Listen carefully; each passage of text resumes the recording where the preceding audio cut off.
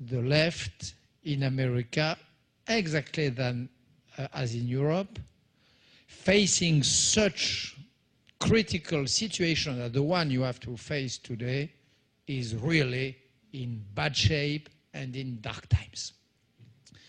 When I take one by one, which are according to me, the grand criteria, the big topics which characterize the liberal, which are the core of their identity, I have to admit that in our two countries, they often deny this principle.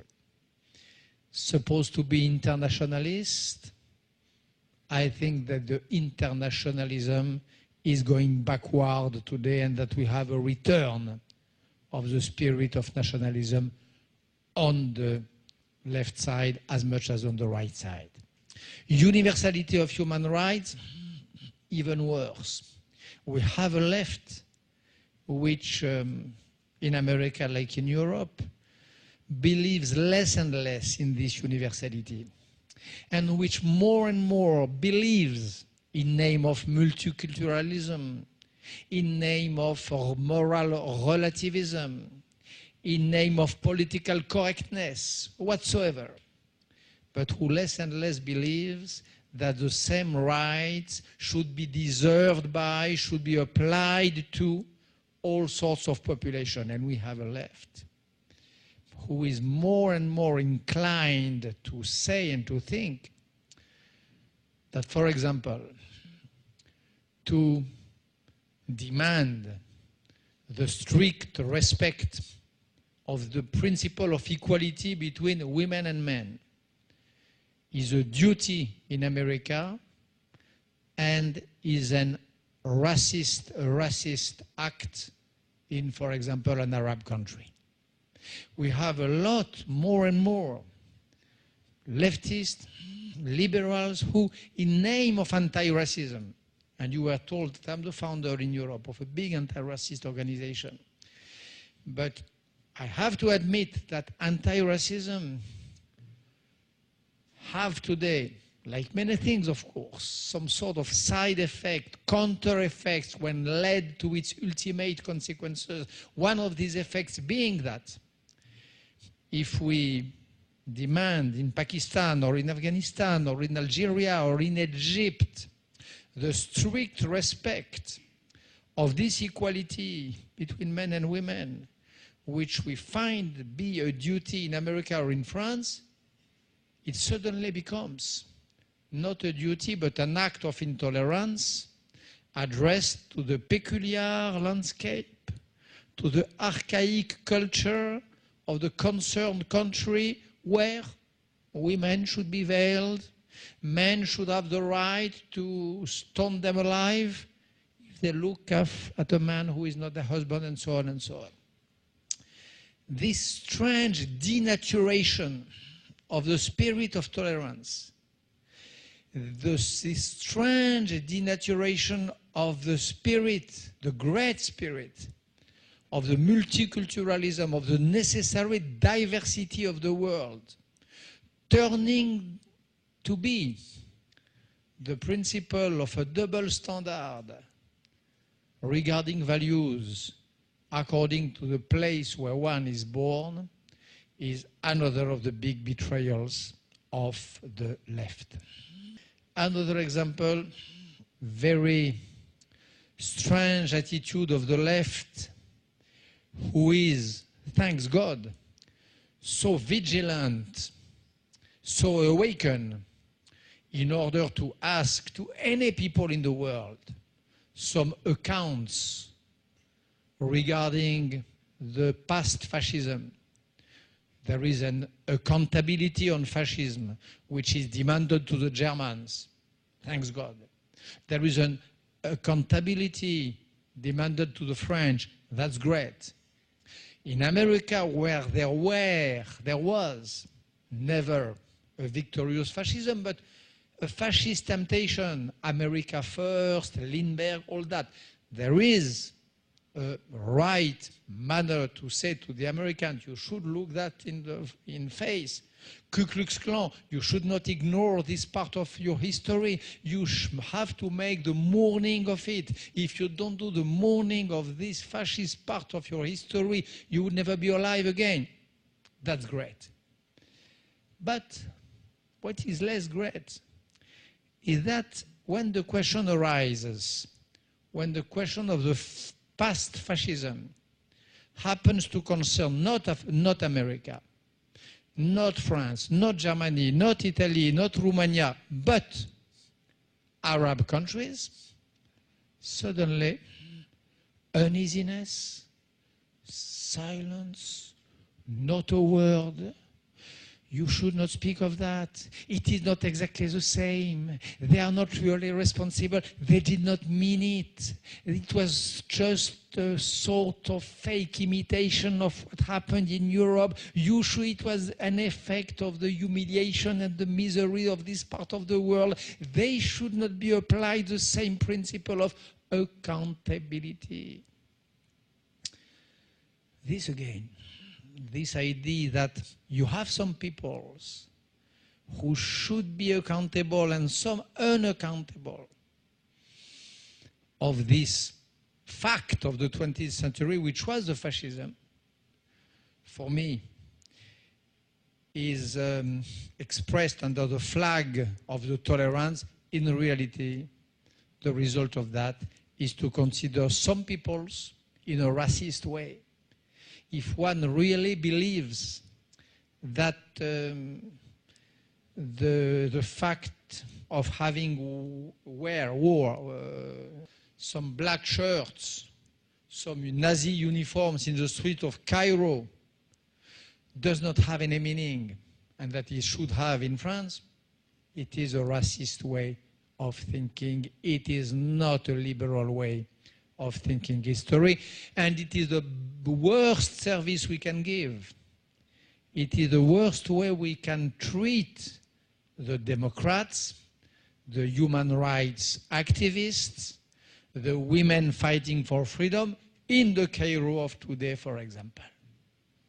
So again, a left which, under the behalf of the respect of the other, under the behalf of non-reproducing at any cost, at any price, the bad attitudes of colonialism of yesterday, produces a sort of neo-racism, strange and terrible dialectics. Last example I will quote today is about Darfur. I know that in San Francisco there was a great concern all the past years, movements of activists in favor of Darfur. Unfortunately, we have in America and we have in Europe other groups, very numerous too, recognizing themselves in the left and who believe that Darfur is not such a deal. Why? According to which dialectic? I think that there is, in the liberal camp of today, a machinery, an ideological motor or engine which makes us blind and deaf to some of the miseries of the world, like Darfur, and who make the left being blind and deaf to the duty which should be her duty, and which is the duty of support of victims, whatever they are. What is this machinery? What is it that in the liberal camp, in the left, make some deaf and blind to some bloodbaths, to some genocides, to some suffering? Answer: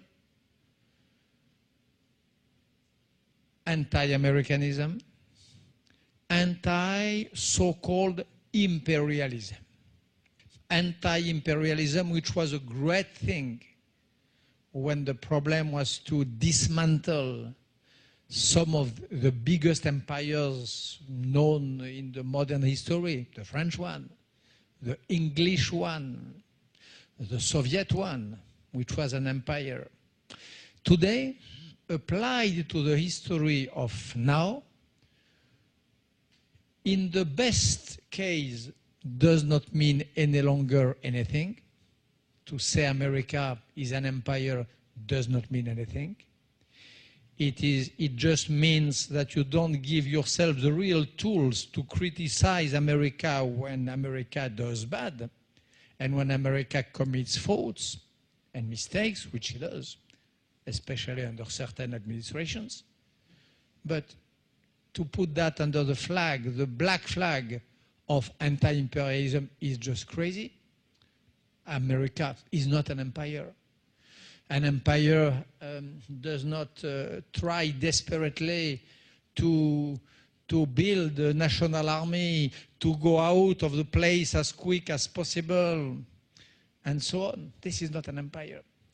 But number two, this thematic, this topic, this way of thinking through the concepts of empire and anti-empire, this great narrative which is supposed to oppose two big camps, the camp of the empire on one side, the camp of the anti-empire on the other side, America, England, and Israel on one side, Ahmadinejad, Hugo Chavez, and Castro on the other side. The fact of building between the two the narrative of a gigantic opposition, a military version of the Carpaccio painting, Saint George and the Dragoon, Saint George being Ahmadinejad and Chavez, Dragoon being America and Israel. This way of framing the world has just the terrible effect to put out of the frame a lot of conflicts. The majority of the suffering of today, who have just one problem, they are out of frame. They have nothing to do with this great narrative. What does it happen to you in the narrative of the left of today if you are, for example, a Tutsi of Rwanda, killed by hundreds of thousands because you have in front of you some crazy guys believing in Hutu power? What happens to you? You are not on the American side, you are not on the anti-empire, you are nowhere, you don't exist, nobody takes care. What does it happen to you when you deal with leftists and liberals who say that it is a task of these days to support the humiliated, offended, oppressed Muslim populations? Great principle. I sign, I agree. But what happens to you when you belong to a Muslim population which is the Muslim population of Chechnya, or the Muslim population 15 years ago of Bosnia-Herzegovina? What happens to you? In other words, if you are not Palestinian. If you are Palestinian, you have in front of you the devilish, horrible, full of evil America. You are a hero. Even if when you count your deaths, you count a few thousand, which is huge, of course. You are the salt of the earth. But when you count your death in hundreds of thousands, like in Chechnya, and that you have not in front of you America, but Putin, the new mafioso regime of Russia, out of frame. No demonstrations, no flags in the streets, no screaming in front of White House, and so on.